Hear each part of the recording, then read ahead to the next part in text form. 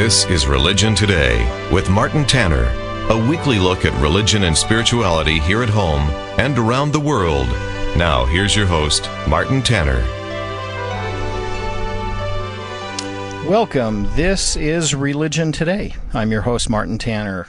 Glad you're out there listening.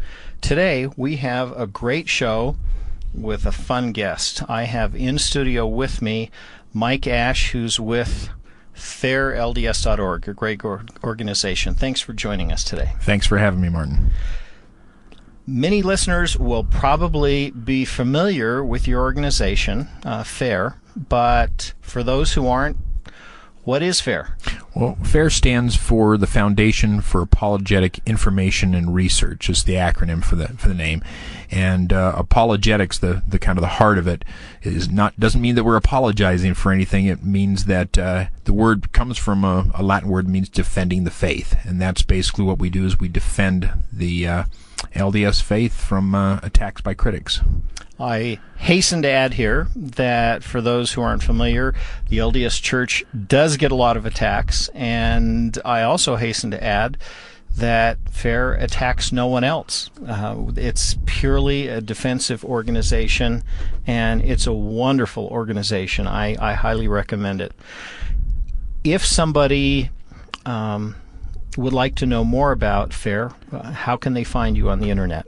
Just go to FAIR-LDS.org. You can find our website, and from there we have a variety of links to articles and a wiki and videos and audio and various sources where members can find answers to questions that might surface or pop up that seem troubling. One of the things that I'd like people to know is that FAIR fields questions from all over the place, and even though FAIR is not some kind of official branch or part of the LDS Church, as a matter of fact, they're entirely separate, they are highly trusted, and so there are stake presidents, bishops, people who are investigating the church, probably even occasionally mission presidents and others who are in touch with you saying, wait a minute, somebody's raised this question, what's the answer? Yes, exactly, and that's what really our purpose is to provide answers for members that, like I said, encounter difficult questions, or maybe they're struggling with something, or they have a member of their family or friend or somebody in their ward that does. We don't get in debates with other groups or critics. It's all just to provide information to answer questions. And it's fantastic too. I have personally seen people who were investigating the church with missionaries who had some outside influence from minister or a supposed friend or some other person who was kind of doing a hatchet job on the Mormon faith, asked questions, and it just brought things to a dead stop. And then after getting information from FAIR, the objections were overcome. They understood the way things really are, and that there was an answer to the question, and things moved ahead, and they joined the church. It was wonderful to see. Yeah, we've had a lot of success stories, and I should note that FAIR, it's a volunteer organization, and we're made up of people, that members of the church who are themselves in bishops or in various callings of the church, and a number of whom are scholars with BYU as well. So we have people that have the knowledge in these different areas to answer these questions. I know you have at least some overlap with what used to be Farms and is now the Maxwell Institute. They're people who are affiliated with both. Correct. We have a really good relationship with them, and so they help us on projects and send people our way to answer questions many times. If somebody maybe doesn't have some instant crisis, but they are just interested in what FAIR has to offer, they go to your website, FAIR-LDS.org. What are they going to find? There's a bunch of different links on the website that take it to, we have a topical guide, for instance, that almost works like the scriptural topical guide to just look up different things, whether it's about the Book of Mormon or Book of Abraham or any pretty much topic they want to look up. We also have a wiki that's extremely popular because it's in very short, brief, kind of bullet type items.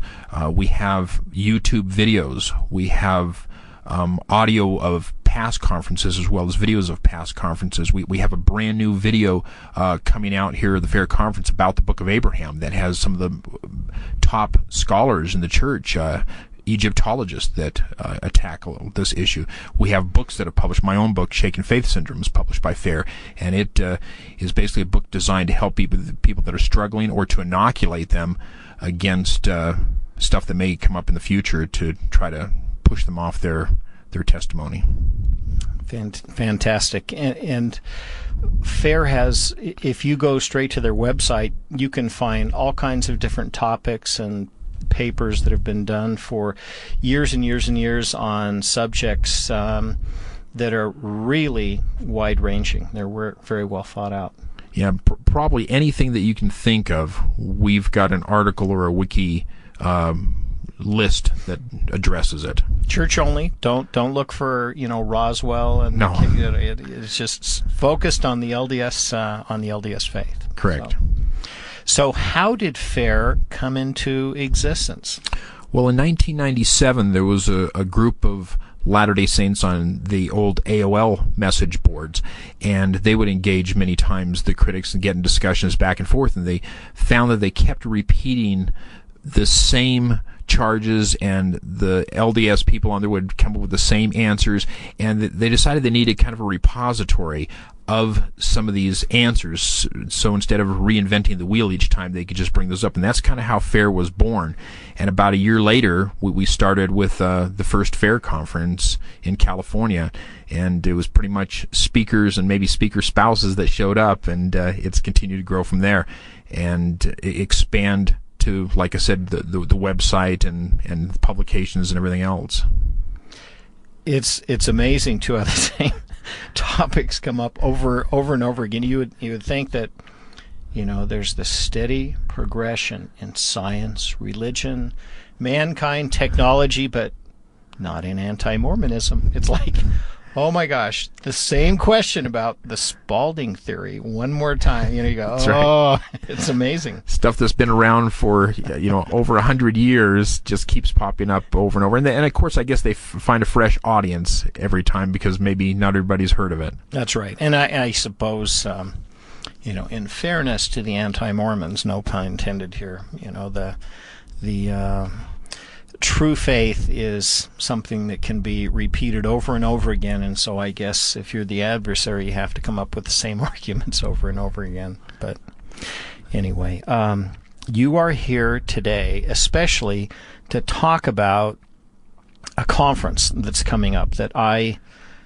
highly recommend. I don't do a whole lot of recommendations for outside events here on this program, but this is one I highly recommend. Tell our listening audience about it. Well, on August 4th and 5th in Sandy at the Southtown Expo Center from 9 till 6 each day, that's a Thursday and a Friday, we're going to have our annual FAIR conference. This will be the 13th that we've had, and we have, as usual, a wonderful lineup of speakers addressing various different topics, and it's open to the public. If you can come for one day or for both days, it's $39.95 for the single day or $79.95 for both days, and we provide some snacks during the conference breaks as well as a lunch period there, and you'll have a chance to hear some of the leading LDS scholars talk about like I said, some very interesting topics and mingle with those scholars. And if you're interested in books, we have probably the largest selection of LDS scholarly related books in one venue. And they're all discounted as well, because people that attend these conferences and speak at them, they love to research and read, and so we provide that as a service as well. But yeah, we have some wonderful speakers coming up. When we get back from our break, we're going to talk about those specific speakers, about the topics that they are going to address, and some other things like the different topics that are on their website. Stay tuned. We're talking to Mike Ash, who's with FAIRLDS.org. I'm Martin Tanner. This is Religion Today on KSL Radio. Hear your chance to talk about religion and related things. We return to Religion Today with Martin Tanner on KSL News Radio 102.7 FM and 1160 AM. Welcome back. I'm Martin Tanner. This is Religion Today. Your chance to talk about religion and related topics right here on KSL. Today in studio with me is Mike Ash. He's with FAIR, which is a wonderful organization. You can find them on the internet at fairlds.org. Welcome to our studios. Thanks for having me. My pleasure. When we took our break, we had just started to talk a little bit about the FAIR Conference, which is coming up this coming week on August 4th and 5th. What is the location? It's at the Sandy Southtown Expo Center, just down from the Mayan complex. Which is on State Street, right out there in Sandy. And for those of you who aren't familiar with the area, the Mayan complex is not an archaeological site. That's a great restaurant. All right. And the cost? It's $39.95 for one day or $79.95 for both days. So that's the Thursday and Friday. How does someone pay up? You can go to the FAIR website. It's probably the easiest, fairlds.org, and the first thing you'll see is a link to the conference where you can sign up and buy your ticket or tickets. Can people pay at the door? You can pay at the door as well, you bet. And it gets fuller and fuller each year, so if you buy ahead of time, you've got a safety net there of making it in, but usually we can squeeze more people in if you decide to come when the conference is actually on. This will be a wonderful conference. During our short little break between segments here, where we're talking a little bit about some of the speakers and the topics, and I think they will be fascinating. If you come for the conference, starts at 9 o'clock in the morning, ends at 6 o'clock at night, both days, some time off at lunch, and pretty much during the other times you hear wonderful, wonderful scholarly addresses that are really on timely topics.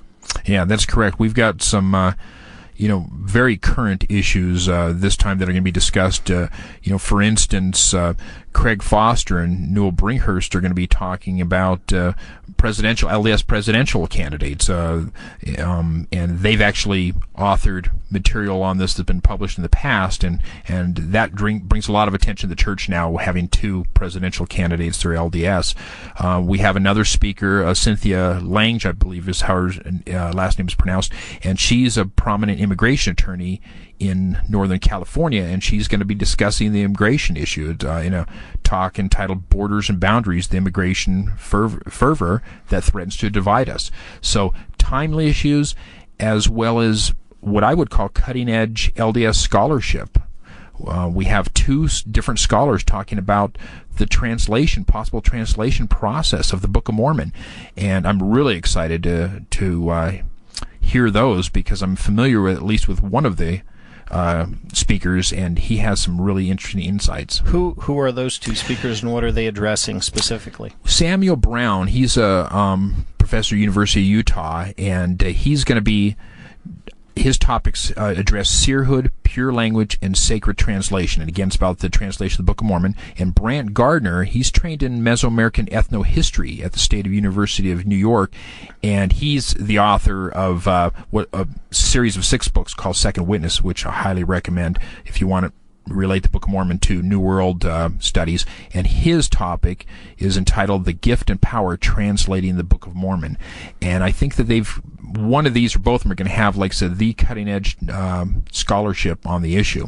Do you have any idea what their positions are on that, or any of them leaning more towards the word for word, or somebody else leaning more towards ideas or concepts that were revealed? Or I'm not so sure on Samuel Brown. I keep in touch with Brent Gardner quite a bit, and he'll have actually his book discussing this coming out. And according to somebody that's already read a preview copy of it, said that it is like nothing you've ever read before and makes a ton of sense. And I know that his idea is pretty much conceptual, and he goes through the process of how these words probably appeared in Joseph Smith's mind and ended up getting, down to paper through his scribes. And from what I understand, he takes an approach that pretty much puts all the pieces together. Well, I would find that very fascinating because it's obvious that it's a very precise translation, and you know that from different indicia in the text, but you also know that it definitely wasn't word for word because there are all kinds of grammatical and other kinds of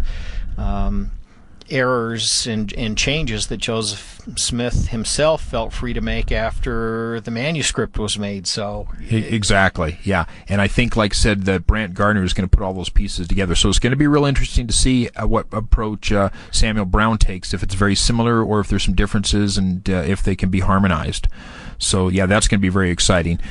We also have Paul Fields, and he's a statistician, an expert at BYU, and he's going to be addressing the Spalding theory, which is one of the ones that seem to come up frequently. The most recent angle is that, according to some critics, a study actually done at Stanford and peer-reviewed, word prints seem to suggest that Sidney Rigdon or Solomon Spalding were a closer match for writing the Book of Mormon. And Paul Fields is going to address that, and I think he's got the expertise to really tackle that one. The other one that I'm really excited for is Don Bradley, a friend of mine. He's a graduate student at Utah State University, and he's going to be discussing the Kinderhook plates. And for those not familiar with the Kinderhook plates, it was a set of small plates that were brought to Joseph Smith with some engravings on them, and according to William Clayton, his secretary, Joseph Smith's secretary, he wrote in the journal that Joseph Smith had translated part of the plates, and well, come to find out that the plates were a hoax that some critics, anti-Mormons, buried and then dug up in front of others and brought them to Joseph Smith to try to set him up. There is no translation of the Kinderhook plates. There's nothing that's ever come forth. So there's this dilemma. Why is this in the journal? What does it actually mean? And from what I understand from both critics and believers alike that have read Don Bradley's material, he's going to nail this shut, that the debate will be over after he addresses it. Well, that would be wonderful. And that is a fascinating issue in LDS history. You know, other than the fact that the Kinderhook plates were actually dug up and that they were a hoax, there's not much that anyone seems to agree on. So that will be fascinating for people to take a look at. Exactly. Two other speakers that I'm excited to hear. Roger Nicholson. He's a California-based computer specialist, and he is heavily involved, in fact, oversees the FAIR Wiki, and he's going to be talking about how that's changed the face of apologetics, online apologetics. And then, of course, we have Daniel Peterson, who is one of the favorite speakers. He's there every year. He's funny, he's entertaining, and extremely knowledgeable. And he's professor of Islam at BYU, and his topic this year is going to be Mormonism, Islam, and the question of other religions. And I think that's an appropriate topic for Latter-day Saints to think about, because we obviously believe that truth comes from all sources, or it can come from many sources, and I think Dan Peterson's going to address that. He's a fascinating guy. I would pay the admission price just to hear his talk. Yeah, I mean he is absolutely phenomenal. Yeah, I agree. He's wonderful to listen to. He always packs the house. There's two, actually several other ones I'll touch on briefly here that people want to hear. Stephen Harper, he's an historian. In fact, he's associate chair of BYU's Department of History. He's going to be talking about the first vision. That's a commonly attacked LDS history and belief. And McKay Jones is going to be talking about another history issue, the Blood Atonement, and his article is entitled "Dead Men Tell No Tales: The Blood Atonement Balance Sheet." And we have two speakers going to be talking about plural marriage. Dr. Hugo Perego, he's a senior researcher at the Sorensen Molecular Genealogy Foundation, and he is going to be talking about Joseph Smith's DNA. So far, I guess there's no evidence that he fathered any other children besides the ones through Emma. And Valerie Hudson, her presentation is entitled "A Reconciliation of Polygamy," and we have a female approach then addressing what can be a complex topic. It's a fantastic fair conference that you have coming up here on the 4th and 5th. We have a little bit less than a minute to go. If you're interested in going to the FAIR conference, it's open to the public. It's the 4th and the 5th this week, $39.95 a day, $79.95 for both days. You can pay at the door, or you can pay online at FAIR-LDS.org. Mike Ash, thanks for joining us today. It's my pleasure. Thank you.